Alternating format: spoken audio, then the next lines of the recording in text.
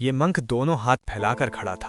उसकी बाह में दो तेज धार वाले चाकू लटक रहे थे। उसने 25 किलो की 2 पानी से भरी बाल्टियां उठाई। अब उसे एक पतली और ढलान वाली गली से गुजरना था, पहाड़ की चोटी तक पहुंचना था और पानी खाई में उड़ेलना था। लेकिन शर्त ये थी कि हाथ खुले रहने चाहिए और संतुलन बिगड़ना नहीं चाहिए। अगर हाथ जरा भी नीचे होते तो चाकू सीधे उसके शरीर में धंस जाते। शुरुआत में वो बार बार नाकाम हुआ।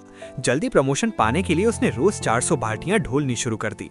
महीनों बाद वो बाकी सभी शिष्यों से आगे निकल गया। अब वो 2 बाल्टियां लेकर ऐसे चलता जैसे हवा में तैर रहा हो, और फिर भी उसके पास इतनी ताकत बचती कि दूसरों की मदद भी कर सके।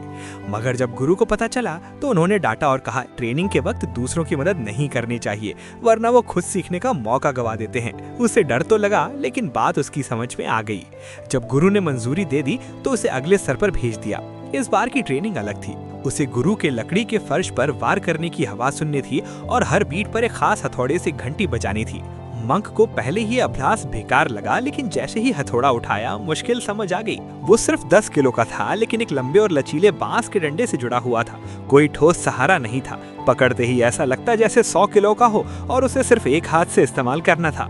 शुरुआत में वो हथौड़े के पास से पकड़कर किसी तरह उठाता, लेकिन कुछ वार के बाद कलाई में ताकत ही नहीं बचती। उसने गुरु की तरफ देखा। गुरु अब भी शांत भाव से फर्श पर बीट दे रहे थे। तभी उसके अंदर प्रतिस्पर्धा की भावना जागी।